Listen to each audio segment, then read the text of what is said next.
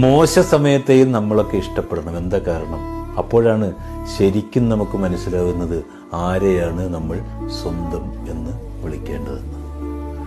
ഉപകാരങ്ങൾക്കെന്ന് ഓർമ്മശേഷി കുറവാണ്. ചെയ്തതൊക്കെ അധികം പേരും അങ്ങ് മറന്നുപോകും. ചെയ്യാൻ മറന്നതൊക്കെ എണ്ണി എണ്ണി ഓർത്തിരിക്കും. വഞ്ചിക്കുന്നവരൊക്കെ എന്നും വഞ്ചിക്കും, സ്നേഹിക്കുന്നവരെന്നും സ്നേഹിച്ചുകൊണ്ടേയിരിക്കും.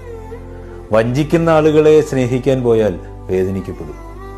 ഒരേ സമയത്ത് ഒരുപാട് ആളുകളെ കൊണ്ട് നടക്കുന്നത് ഒരാളുടെ കഴിവ് കൊണ്ടൊന്നുമല്ല, ആ വഞ്ചന മനസ്സിലാവാതെ അവരെ സ്നേഹിക്കുവാൻ ആളുള്ളത് കൊണ്ടാണ്. സ്നേഹം ഒരിക്കലും തമാശയായി പോകരുത്, പരീക്ഷണമാകരുത്, നേരം പോക്കാകരുത്, ചോയ്സുകളാവരുത്. നമ്മൾ സ്നേഹിക്കുന്ന ഒരാൾ നമ്മളാൽ ഒരിക്കലും വഞ്ചിക്കപ്പെടരുത്.